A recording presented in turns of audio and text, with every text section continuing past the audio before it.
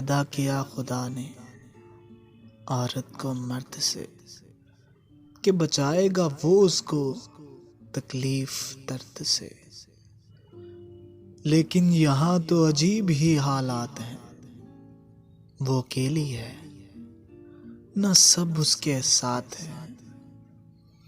कुछ अरसा कब्ल एक गांव में एक सुंदर नारी थी, पाजेब थी जिसके पाँव में। देख ली खावन ने तो बोला ये कहाँ से ली, थप्पड़ रसीद किए और बोला बता जहां से ली। ये न सोचा जालिम ने कि इसके लिए वो निखरी थी। बहुत दफा बहुत कुछ सहकर इसके लिए वो बिखरी थी।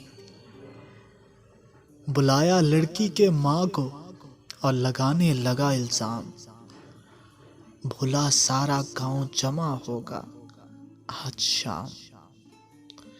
सूरज ढलते ही लग गई गांव में कचहरी, खड़ी हो गई बीच में वो बेचारी। इल्जाम तोहमतें बहतान सब डालते रहे, बच्चे उसके रोकर आंखें मलते रहे। कुछ ही लम्हों में तेल छिड़क कर जला दी गई, सर से पांव तक सारी। और कह दिया थी बेगैरत, कर दी कारोकारी।